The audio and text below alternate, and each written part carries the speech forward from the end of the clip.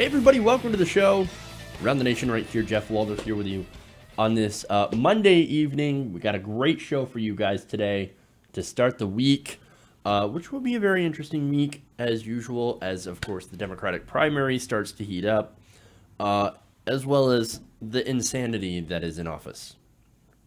So on that, the insanity, we have Donald Trump versus his own trade chief, or more accurately, versus words. That's a fun story. We'll have that for you at the beginning of the show, of course. Then we have another allegation against President Trump of kissing people without their consent. We have that. We'll talk about that. Then we've got scientists versus Trump's new panel on climate change. I'll give you the details on what that's about.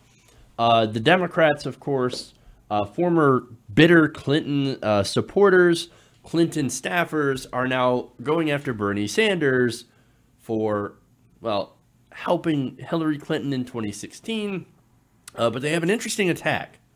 So I'm going to break that down. Of course, it's going to be interesting. And then AOC versus Fox News again. AOC does something good for her staff, and Fox News comes after her for it, as usual. So that's the kind of stuff that we're going to talk about today. It's your story breakdown. Let's go, before we get into the show, I want to thank some patrons here. So we're going to go to my Patreon page and thank, hopefully I haven't mentioned you yet, but we'll start out with Chris Chaplin, Chris Hakala, Chris Robato, Christopher Lin, Christopher Neal, Chung Pu Pao, thank you, Chung Pu, Claude Ellis, and Claudia May. So those are our supporters of the day. Thank you for signing up to be a patron, support independent progressive media. You want to sign up, patreon.com/TYTNation. Your recurring donation helps the show continue to go and grow. So thank you. Then we have channel memberships. That's about the same. If you want to join up using the channel memberships instead of Patreon, you can do that by hitting the join button. Okay.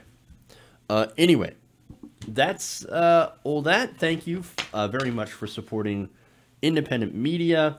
We need you more than ever, especially this coming primary season. All right. So let's move on. Let's start with Trump. Fun stuff.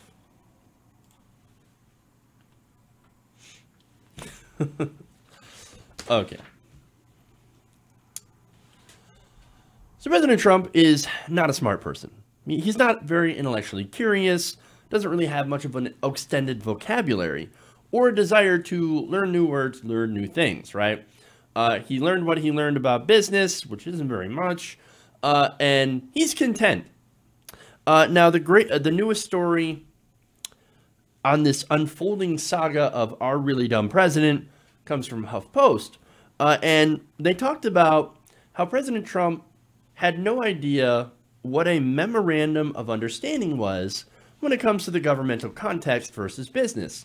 So Robert Lighthizer, America's chief negotiator, decided that he would drop that from the official proceedings, so they're no longer going to say memorandum of understanding, even though it is a legal term, and I'm going to explain.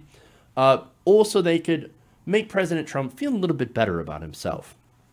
Now, this started when Trump was asked by a reporter how long memorandums of understanding being negotiated with China over the trade disputes would last, and here was his answer. I think the MOU is going to be very short term. No, we expect to go into. I don't like MOUs because they don't mean anything. To me, they don't mean anything. I think you're better off just going into a document.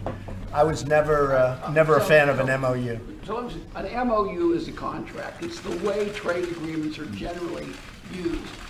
People refer to it like it's a term sheet. It's not a term sheet. It's an actual contract between the two parties. Yes.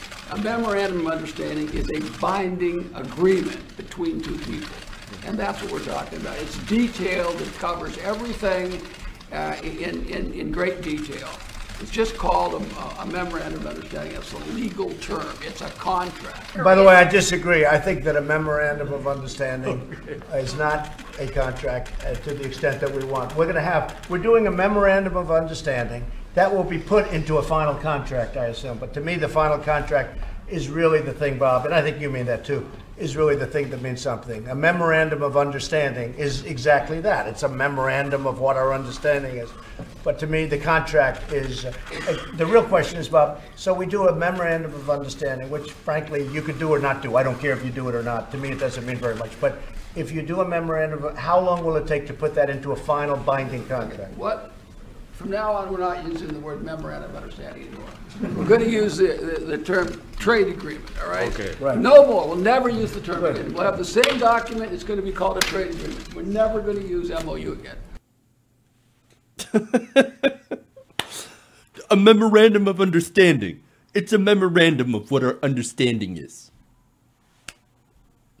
And you know what? Lighthizer like, okay, we're dealing with a moron, so we're just going to drop that. It is now a trade agreement.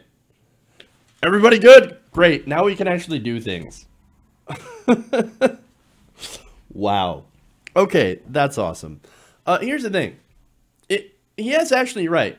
Lighthizer is. It is a binding contract. Now, in business, there's look, an MOU in business and MOU in international affairs is actually different. Let me explain.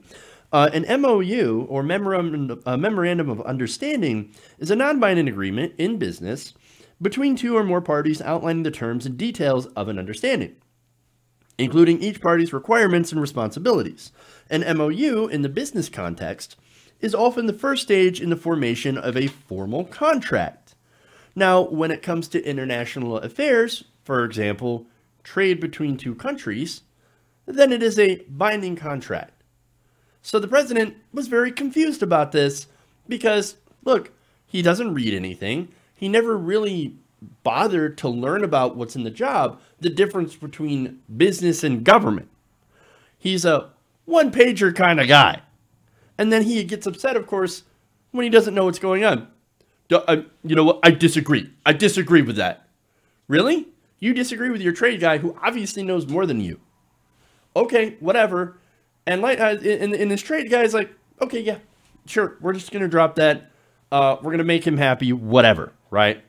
So this tells me a couple of things. One, Lighthizer knows he's dealing with a moron. And so he's like, you know what? I'm just going to change this, and I'm going to, make it easier for the baby to understand, and then we can move on. Because I'm not going to sit here and argue with him, because we know ultimately it's futile. He's never going to understand. He's never going to want to understand. Moving on. Let's go.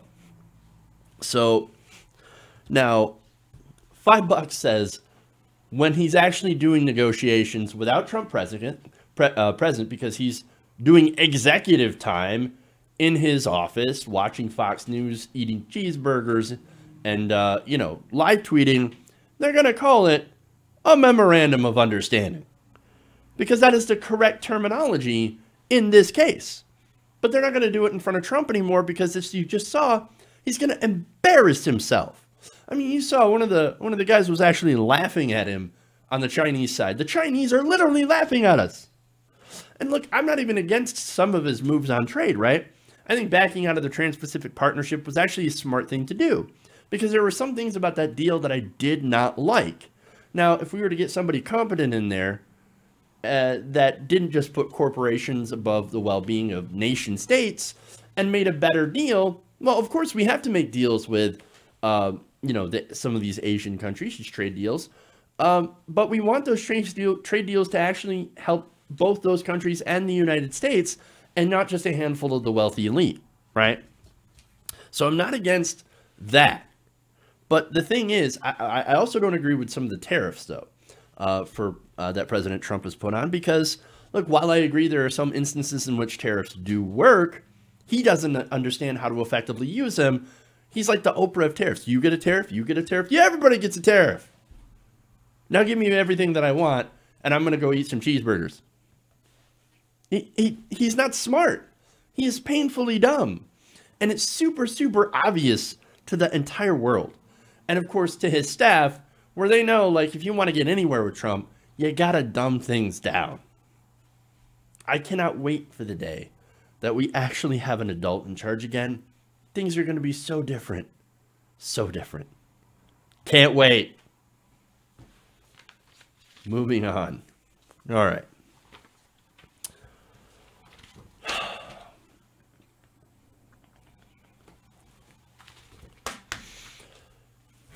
Okay.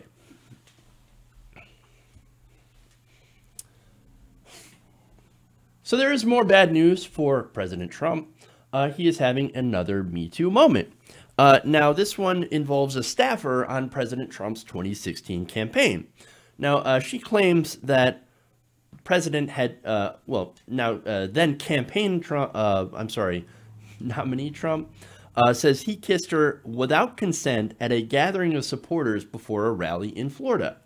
So now, in interviews with the Washington Post and in a lawsuit, Alva Johnson, that's her name, claimed that Trump had grabbed her hand and leaned in to try to kiss her as he exited an RV outside a rally in Tampa on August 24th of 2016. Johnson said she turned her head and the unwanted kiss landed, and I hate to bring up this visual because it's terrible, but it ended up landing on the side of her mouth, which she called, quote, both super creepy and inappropriate. No kidding. I'm sorry, but that is a horrifying graphic. Like, just think of that in your head. Ugh. It's the stuff of nightmares. And in fact, as she later recounts in the story, that is exactly what happened. She started having nightmares about this. But okay. Now, Johnson, in case you're wondering too how the story kind of unfolds, after this happened, Johnson said she told both her boyfriend and different family members, her mother and stepfather, about the incident.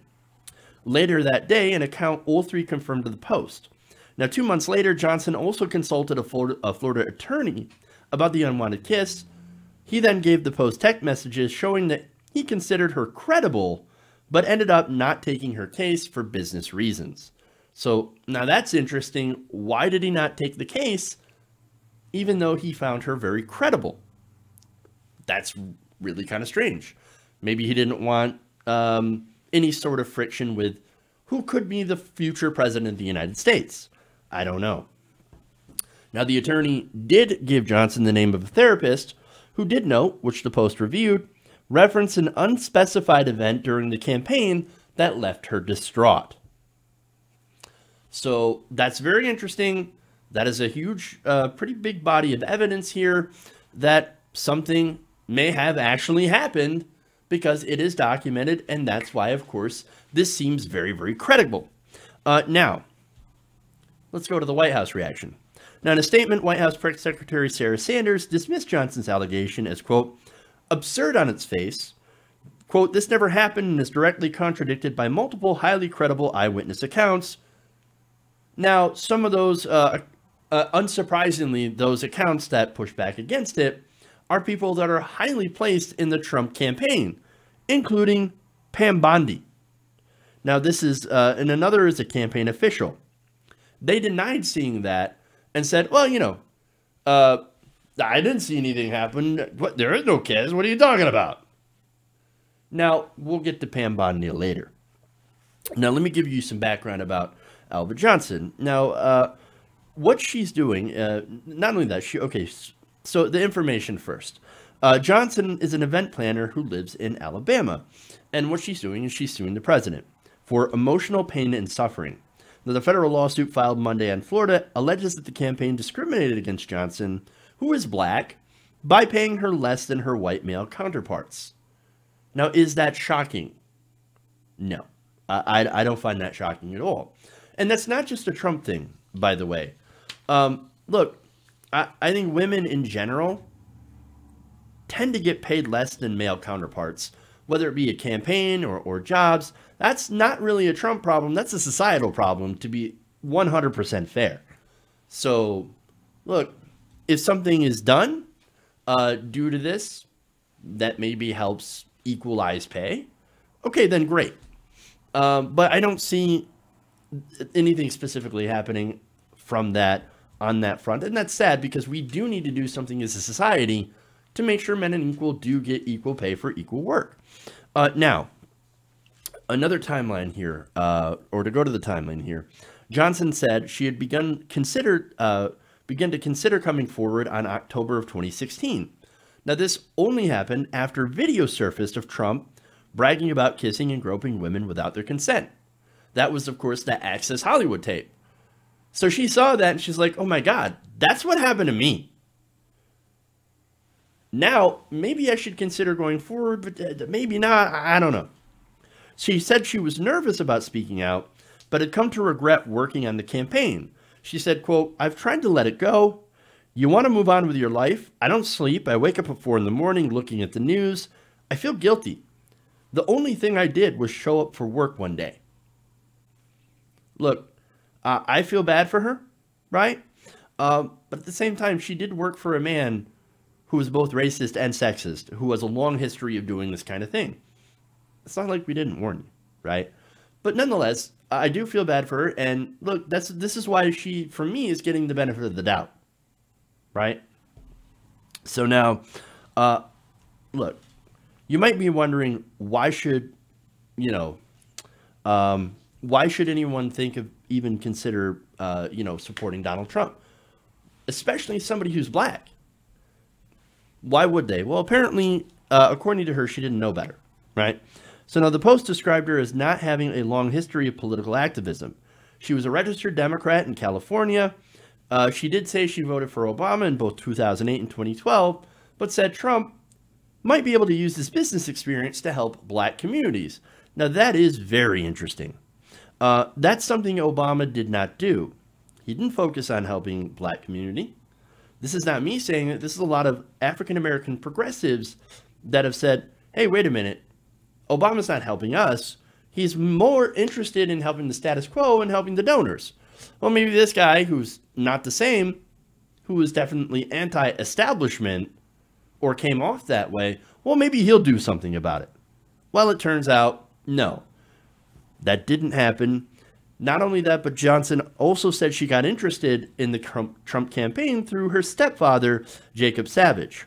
She also met Trump at a November rally in Alabama, where Johnson said the candidate looked her up and down and said, quote, oh, beautiful, beautiful, fantastic. So from the first moment, he was allegedly eyeing her. Okay. Now, she said she let that go and took a job as the campaign's director of outreach and coalitions in Alabama. Now, and for 3 months before the general election, Johnson was assigned to Florida, and her main responsibility was managing recreational vehicles. Great. Now, the alleged incident happened inside one of those recreational vehicles. Apparently, she said, as Trump walked up to the bus, she said, good job, boss. She then brought volunteers into the RV to take pictures with President Trump, and she then told him, you're doing an awesome job, go in there and kick ass. Trump then grasped her hand, thanked her for her work, and leaned in for the alleged kiss. She said, quote, oh my God, I think he's going to kiss me. He's coming straight for my lips, so I turn my head and he kisses me right in the corner of my mouth, still holding my hand the entire time. Then he walks out. She then said she felt humiliated, and Pam Bondi had given her a smile as she walked out of the RV. Karen Giorno, director of the Florida campaign, grabbed Johnson's elbow and gave it a tug, Johnson said in the interviews and lawsuit. Bondi and Giorno said they do not recall seeing Trump kiss Johnson, and they denied it. Quote, do I recall seeing anything inappropriate? 100% no. I'm a prosecutor, and if I saw something inappropriate, I would have said something. Would you have, Pam? See, I'm not buying it. I don't believe her. Why? It's because, look, when you look at Pam Bondi, I look at somebody who has been bought by the Trump administration.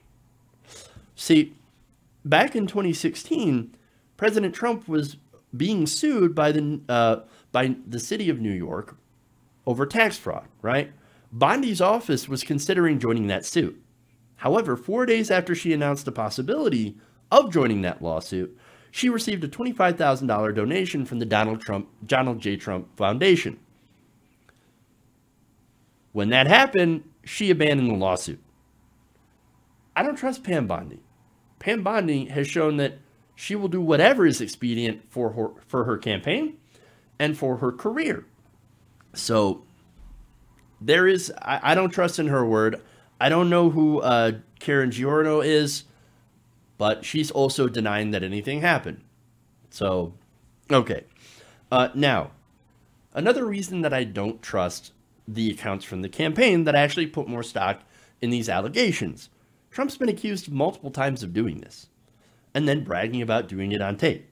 Plus the records that she has texts, therapy appointments, she has her family, that she immediately told right after this allegedly happened. Look, I believe her. I do believe her. I mean, and look, her boyfriend worked for the Trump campaign as well. His name was Manuel Rego. And he said, quote, "I thought it was crazy that he had kissed her. I didn't know how to process it." Not only that, but she called her stepfather, and he said, quote, I felt it was a betrayal of trust. I felt I was responsible because had I not introduced her to the campaign, she would not have been in that position. Johnson also discussed the incident with her mother and Savage, and she was, quote, hysterical. She is having nightmares because of what happened, according to her therapist, and these are notes that, of course, she showed to the Post. So here we have another credible allegation against the president. How many more will there be? How many more? And where will be the point where Republicans start to actually care about these allegations? I don't think there is one. Look, this isn't a bug, it's a feature. Oh, you want to be misogynistic and you want to just do whatever you want with women without asking them? Sure, go ahead. That's how we used to do it in the good old days. What do you think Make America Great Again actually stood for? Come on. Look, what's sad about this, though, is that this is probably not going to stick. I mean, people aren't going to care, unfortunately. I think it's important because I think it's important to report these things, because I think what we need is a change in how we treat women in our society. But unfortunately, right now, we have the sad reality. None of these women are not going to see any sort of justice. Misogyny is deeply ingrained in our society. And look, it's also ingrained in our politics. And while there are bad actors that definitely weaponize it, use it against good people, for example, calling people like Bernie Sanders sexist, that's ridiculous, right? No, that comes from people that are high into power and will know how to weaponize this against good people to keep them out of power. But this is not that kind of situation. The vast majority that this stuff happens, that these allegations come out, they're true. And we tell women just to deal with it and instead of fight back. Well, now women are fighting back. And so we'll see what happens, what comes out if this lawsuit goes forward into court, or if the administration settles. We'll have to see going forward. But I hope she gets some sort of justice if this is true. Okay. Moving.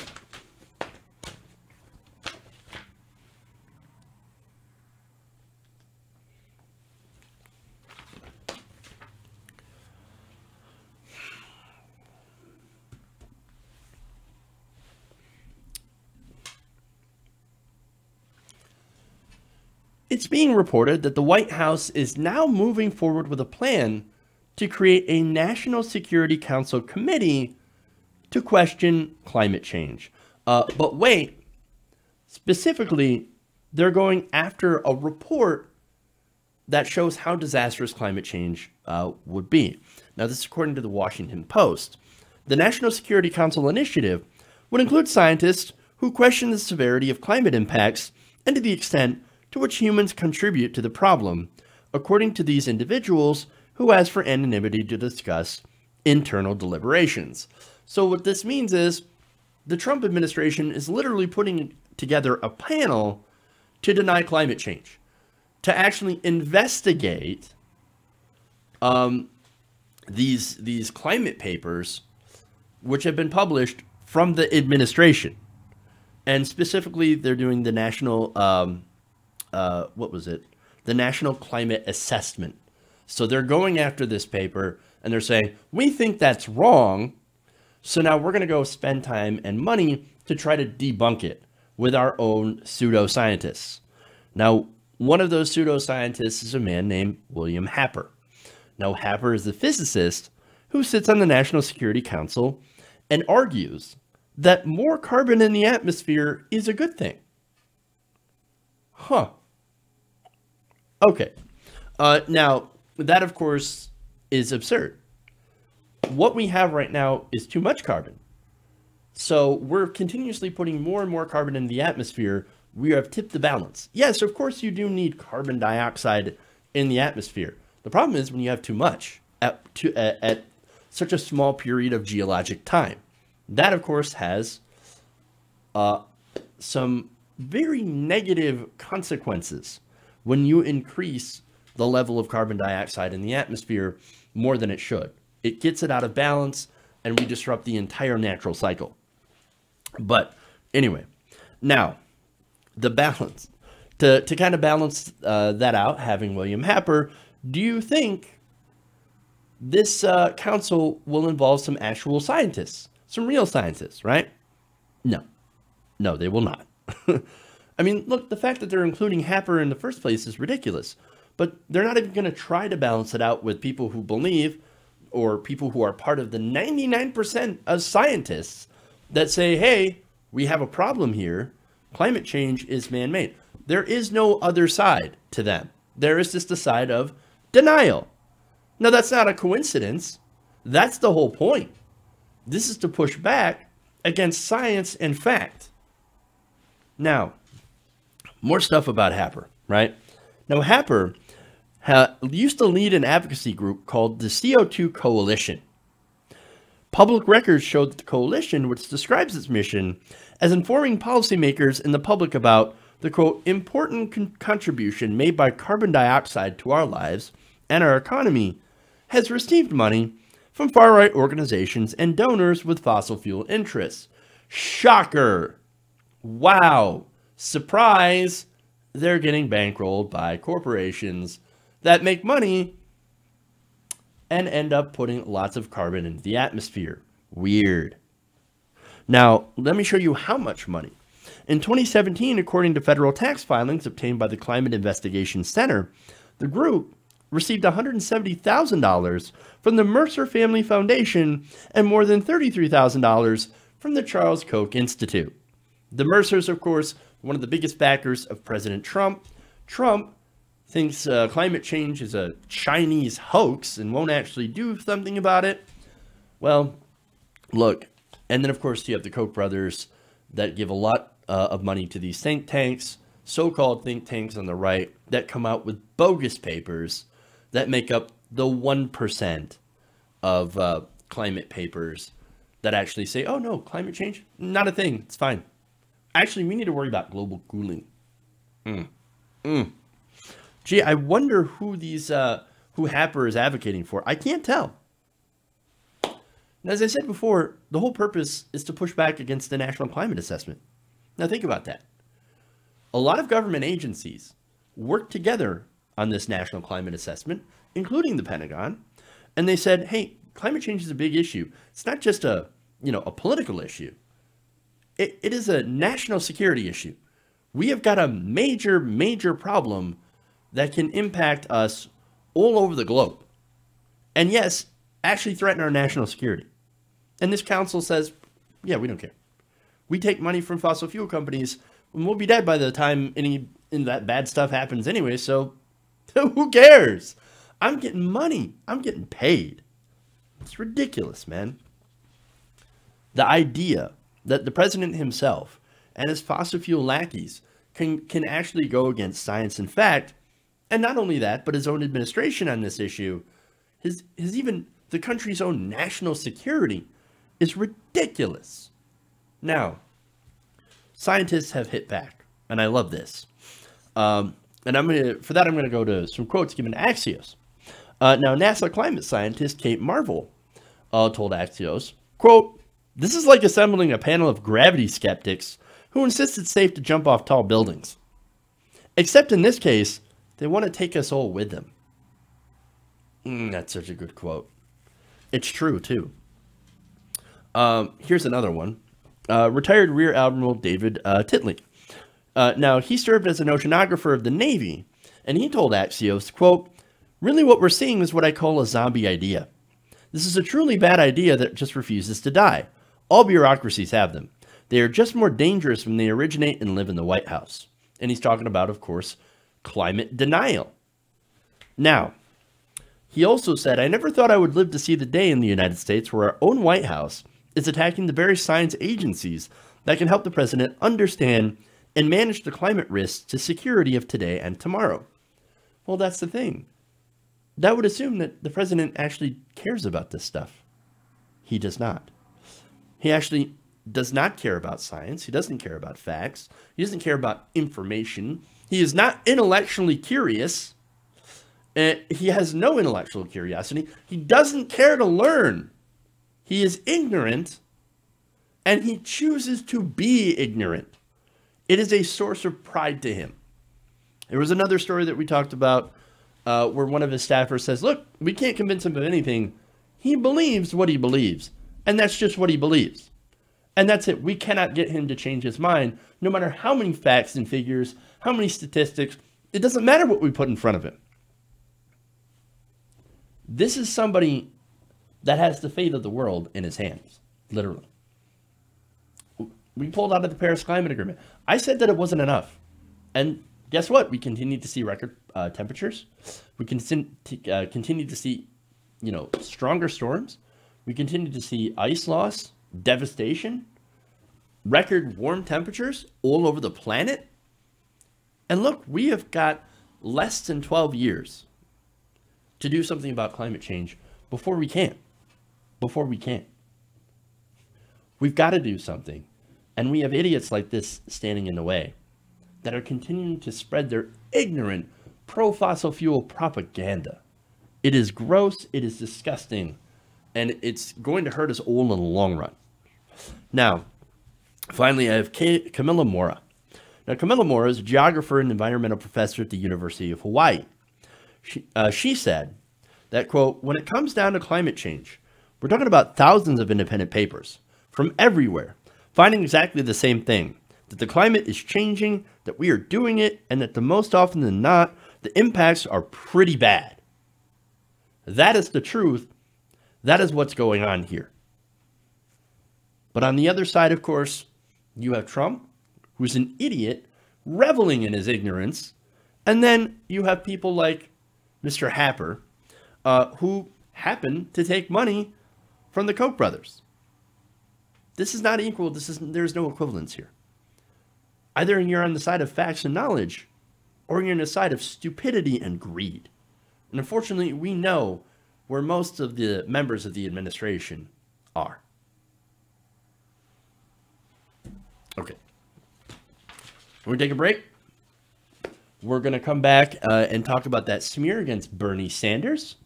So that should be a fun and interesting segment. And then AOC versus Fox News on paying her staffers. So we'll get to that story. Stay right here. Leave your super chats. I will read them. And I'll be right back after the break.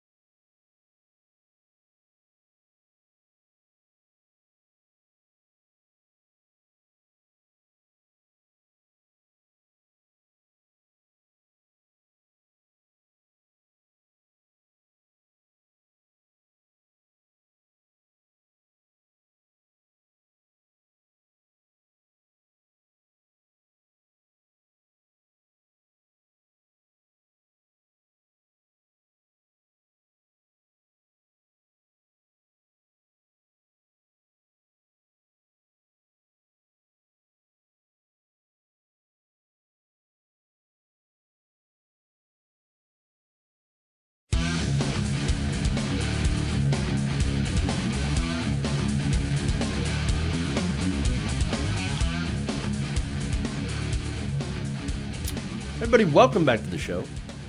Around the Nation right here. Whoops. Jeff Waldorf here with you. All right, so we've got some super chats here. We have one, actually. It's a birthday shout-out. Happy birthday to Tyler Uppegard Peltier. So thank you for that super chat, and hopefully you have an excellent happy birthday. You guys are great, by the way. You and your husband. So I actually have some interactions when you were helping out the campaign of. Oh my God, I'm blanking on the name. I'm so sorry. There's so much information that just I forget so much. But it was a campaign.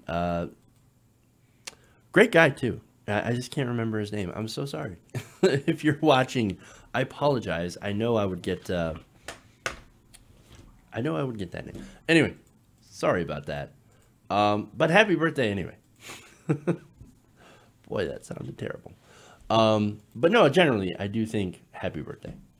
So, thank you so much. Okay. Let's just move into more of the show, huh? All right. Okay. Let's see. It's one of those days. Dustin Pyre, thank you. I couldn't remember his last name. He was going up against Heitkamp. Oh, Heitkamp. She lost.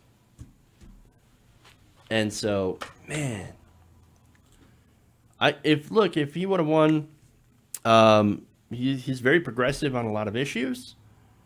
If he would have won, it's a good chance that he would have actually replaced Heitkamp and would have won against a Republican. So, okay. Anyway, now let's move on.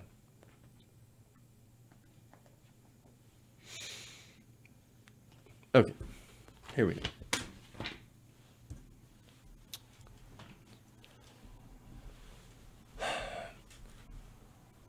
The smears against Senator Bernie Sanders continue. Now, this time it is coming from, of course, the establishment. Now, apparently Bernie Sanders is being smeared by ex-Clinton people for using a private jet in order to travel to campaign stops during the 2016 election. Now, that's a strange attack, but okay, let's read about this, right? So now, they write, in his campaign launch video last week, Bernie Sanders singled out the fossil fuel industry for criticism, listing among the special interests that he planned to take on.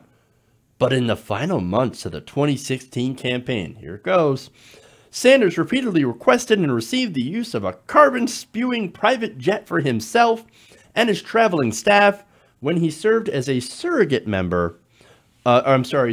campaigner for the campaign of Hillary Clinton. Oh my God, he used a private jet when trying to get to events. Now, of course, let's break that down. Well, okay, we'll break it down in a minute. I've got more on this. First, the article points out that in the 2 years following the presidential election, Sanders continued his frequent private jet travel, spending at least $342,000 on flights. Okay, again, I'm going to give you the actual facts here, but let me show you why this is a hit piece. Look at the quotes. Now, for one, they go to Zach McCannis, right? Now, he was the director of rapid response for the Hillary Clinton campaign. He said, and I love this quote because it's so obviously dripping with just hatred for Bernie Sanders. He said, I'm not shocked that while thousands of volunteers braved the heat and cold to knock on doors until their fingers bled in his desperate attempt to stop Donald Trump, His Royal Majesty King Bernie Sanders would only deign to leave his plush D.C. office or his brand new second home in the lake if he was flown around on a cushy private jet like a billionaire master of the universe. Wow. I'm detecting a little bit of bitterness from Zach McCannis. Just a little bit. Just a slight hint. There's more. They write, In 2016, after Sanders endorsed Clinton and agreed to campaign on her behalf, the Sanders campaign preferred mode of travel quickly emerged as a point of tension. Tension to who? Apparently 6 former Clinton campaign staffers and another source familiar with the travel. Now, did they talk to Bernie Sanders people? Well, there is one quoted in the article. I will read that. But mainly it was mostly ex-Clinton people who are still really, really angry at Bernie Sanders. Shocker, right? But they continue. Those who had worked in his primary campaign made it known that the only logistical way Sanders could adhere to the event schedules requested by the Clinton campaign was by applying private. So this is where facts come in. And it's just to compare and contrast it to Mr. Pecanis, right? Sanders spokesperson Ariana Jones said it was, quote, physically impossible to get all the event locations in a short period of time without chartered flights, especially since the senator was traveling to many smaller markets with limited commercial air options available.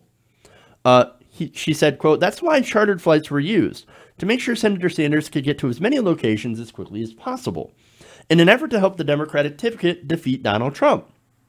Senator Sanders campaigned so aggressively for Secretary Clinton at such a grueling pace, it became a story unto itself, setting the model for how a former opponent can support a nominee in a general election. Interesting. Now, who do I believe?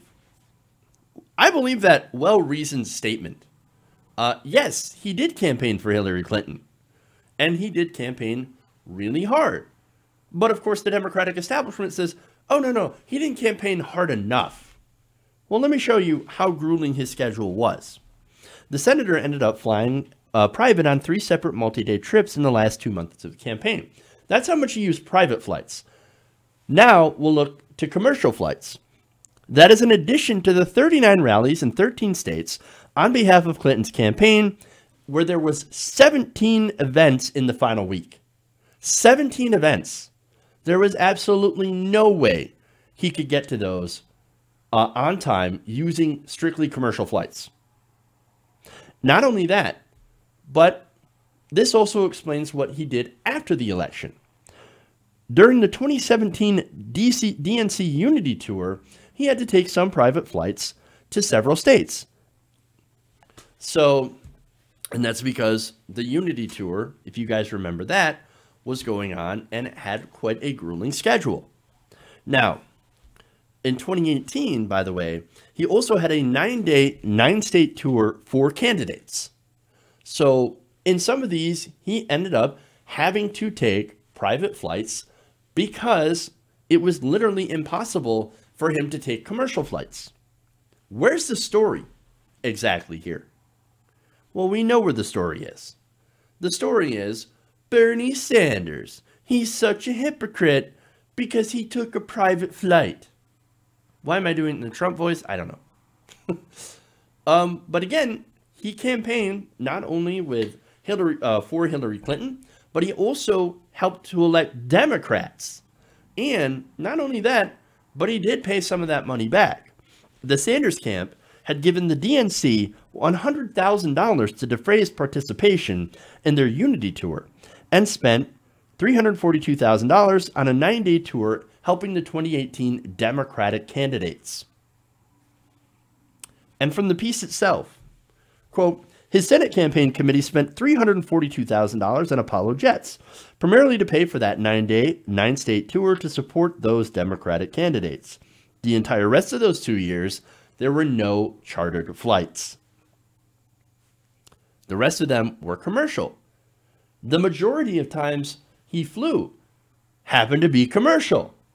The only times he flew private was when he was unable to get to that place where he needed to go to campaign on behalf of both Democrats and Hillary Clinton in time, or else he wouldn't make it on time. Look, here's what's going on here. Clinton staffers are mad because what? Bernie Sanders, campaigned so aggressively for Hillary Clinton that in several circumstances he chartered private flights. Wow. What's the story here? Where's the anger? Where's it coming? It's coming from Bernie Sanders being Bernie Sanders. The Clinton, by the way, the Clinton campaign, they saw that schedule. They drafted that schedule. And when Sanders said, look, we can't do this without taking private flights, they said, okay, yeah, sure. They agreed. They approved those flights so he could do that. And by the way, you want to know how much money the Clinton campaign spent on private chartered flights? $15.9 million. You think Hillary Clinton would ever fly a commercial? Ever? No, of course not. The whole idea is inconceivable. But when Bernie Sanders does it, they make fun of him for taking commercial flights. And then when he takes a private jet, they also attack him for doing private flights. I mean, come on, man. And in this article, there's not one piece of evidence or a statement to undercut the idea that he only traveled in private when commercial wasn't doable. Not one. He only used it as a last resort. And he was doing it to help Clinton and the Democrats. This is a ridiculous smear. Which, by the way, goes against the other smear of Bernie. Which is, of course, and I hear this at Donut Twitter all the time, oh, he didn't help Democrats enough. He used the Democratic Party. He didn't help Democrats. He's here to divide and destroy the Democratic Party. Really? Really? Come on. Now, according to these guys, he helped Hillary Clinton too much and had to get private flights in order to do it, which makes him, of course, a hypocrite. And this is where the last smear, right? The best part of this, the most hilarious part, comes from. And it comes from the Republican playbook. Increased scrutiny of his travel practices, this is in the article, which are at odds with his positions on wealth inequality and climate change, are among the challenges Sanders will face as he makes his second White House run. Who's making that an issue? You are. The media is making this an issue. This is a manufactured media smear. I mean, look, the argument is, oh, you care about income inequality? But how come you took a private jet? Like a rich person. Oh, and not only that, but you own 2 houses. Yeah, most Congress people have 2 different places to live. One in their home state and one in Washington, D.C. where they spend a lot of time. Oh, I know. That's horrible, right? No, that's pretty standard practice. Not only that, the jet thing, right? The jet thing is crazy because, look, again, their argument is you used a private jet, but you're against climate change. Maybe you're a little bit of an environmental hypocrite. Well, then what does that make Hillary Clinton? Just saying. And look, again, that's the same smear that they used against Al Gore. I mean, they said, oh, Al Gore cares so much about climate change, but he takes private jets everywhere. Literally, Republican smear 101. And the Democrats are using it against Bernie Sanders. Come on. That tells you something. You know what it tells me? These guys are basically Republicans without the overt racism. That's what they are. They use the same arguments the right wing uses to go after the left. That's all the corporate Democrats know how to do is to punch left. That's it. That's it. They don't know how to do anything. They don't stand up to Republicans. Not unless there is massive pressure and that they are guaranteed to win. Anytime the Democrats stand up against Donald Trump, it has been because they have massive, overwhelming public approval for what they're doing. They never stand up when it counts, and they always back down, and they only know how to fight aggressively when a challenge comes from their left. They only know how to punch left. I get really tired of it. And the reason they punch left so hard is because they're afraid. Bernie Sanders and the left wing are coming for him. And Bernie Sanders this time has an excellent shot at winning the nomination. Look, you look at his fundraising. He's already reached, what, over 1 million donors, raised $6 million in one single day. You can't match that kind of power. He blew Kamala Harris's record out of the water. And so Bernie Sanders, not only that, but he's polling either first or second with Joe Biden And this is different polls, of course. I think it's one more recent where he's 2 points ahead of Joe Biden now in the national polls. Come on, man. He's leading the field. He is the front runner, and they're so scared. So expect more of these ridiculous articles, these ridiculous smears against a person that is the most popular politician in the country and has a real shot at defeating Donald Trump. Okay.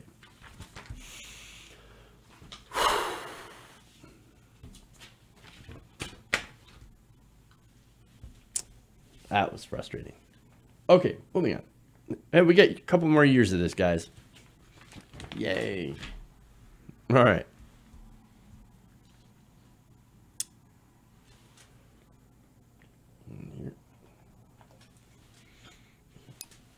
So AOC is doing something that a lot of politicians in Washington should be able to do. She is paying her staffers literally enough to survive. Now, look, the reason that she's doing that is because it is the right thing to do, of course. Now, how she's doing that is that lawmakers, they get a budget for operating and staffing their offices, right? So they can set their salaries accordingly. Now, last week, she announced that that jobs in her office would start at $52,000 a year. Now, that is a pretty good amount of money.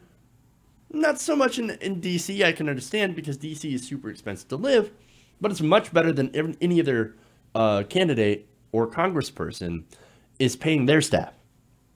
Now, when she made that announcement, on Twitter she said, it's likely one of the highest level entry-level salaries on the Hill. We pinch pennies elsewhere, but it's worth every dime to pay a living wage. So now you would think that this is $15 an hour. No, it's actually $25 an hour, which, again, is fairly decent. Now, in order to do that, of course, she only had so much money. So she ended up having to reduce the salary of her of one of her higher-level staffers. Now, she reduced it to about $80,000 instead of the usual $150,000 that they normally get paid. Again, I don't think that's a bad thing, but now we go to Fox News, who thinks it's absolutely terrible. And they did a segment on it. Let's watch.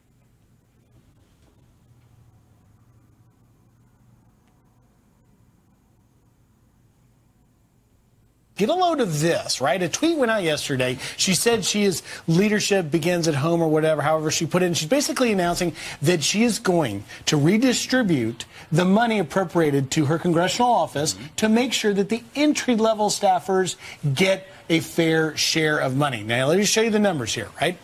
She puts this out. She wants $52,000 for the entry-level staff salary for anyone in her office. Here's the problem. You've got to find a way to get money to pay the entry-level people, so she plans to take that from the chief of staff. It's beautiful. Senior staffers who would normally make $80,000 or normally make $154,000 for the chief of staff, probably only going to make about $80,000. Every Capitol Hill office has a limited amount of money to pay their staff, right? So you have to decide how to allocate it. She said everyone in my office will pay a living wage, so I'm going to pay $15 an hour, which means your entry-level intern is making $52,000, while your chief of staff, who has a very important role in a congressional office, now is capped at $80,000.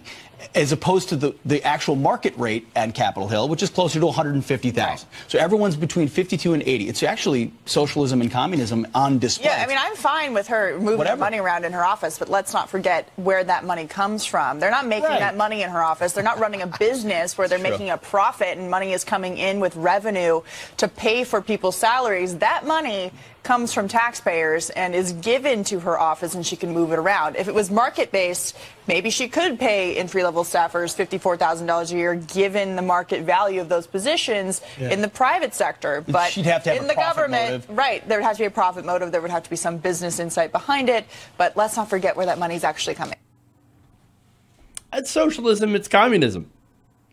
Really? Paying your staff a decent wage and actually reducing the level of income disparity between the people who work in your office? Socialism, communism. You know, her chief of staff probably doesn't care that he or she is only going to make $80,000 a year. And you know what? There are people that think, hey, you know what? I'm okay with taking less if I make sure that people take more. That the people that work with me and work under me can actually be able to survive. Again, $52,000 a year is $25 an hour. $15 an hour, that's considered a living wage, is $31,200. They don't even know. They don't even know how to do math. They're sketchy math here. But of course, you can't really trust Pete Hegseth to do actual math. So, but nonetheless, right? Here's what you have is a complete misunderstanding of what communism and socialism actually is. Again, this is paying somebody a fair share, making sure that these people are able to survive in DC, right? Now, I have one more video here, and this is the normal standard attack whenever you try to do something nice and fair for your employees. Let's watch.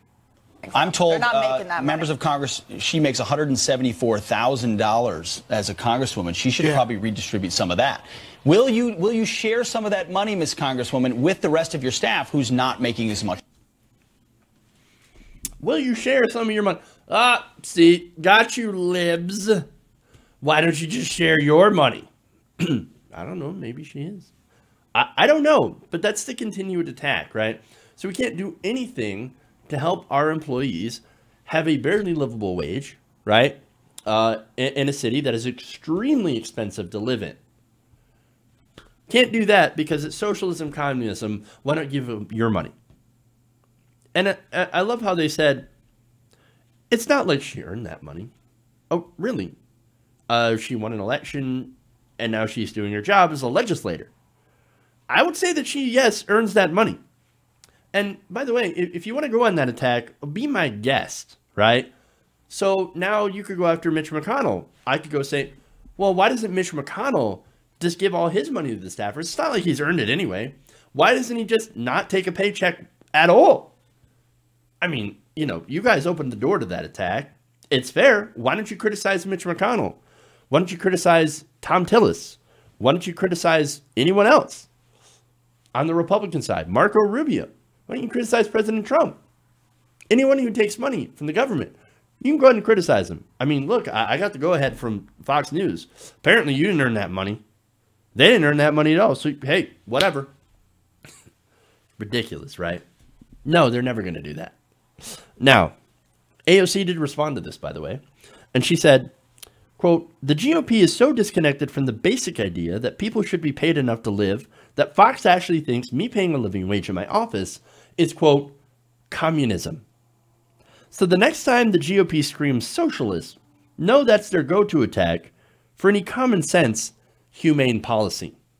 And believe me, they will continue to scream socialist and communist because in reality, that's all they got left. Okay. So, that's it. That's all I got for you guys today. Thank you for, damn it. Thank you for going around the nation with me today. Being okay with all my different tech blunders. It is a Monday. It's one of those days. But thank you so much. Thank you for the donations. Thank you for the super chats. Happy birthday, Tyler. And anybody else that has birthdays out there today. All right. Thank you, guys. Love you. And remember, change begins with you. Good night, nation. TYT is next. We'll see you tomorrow.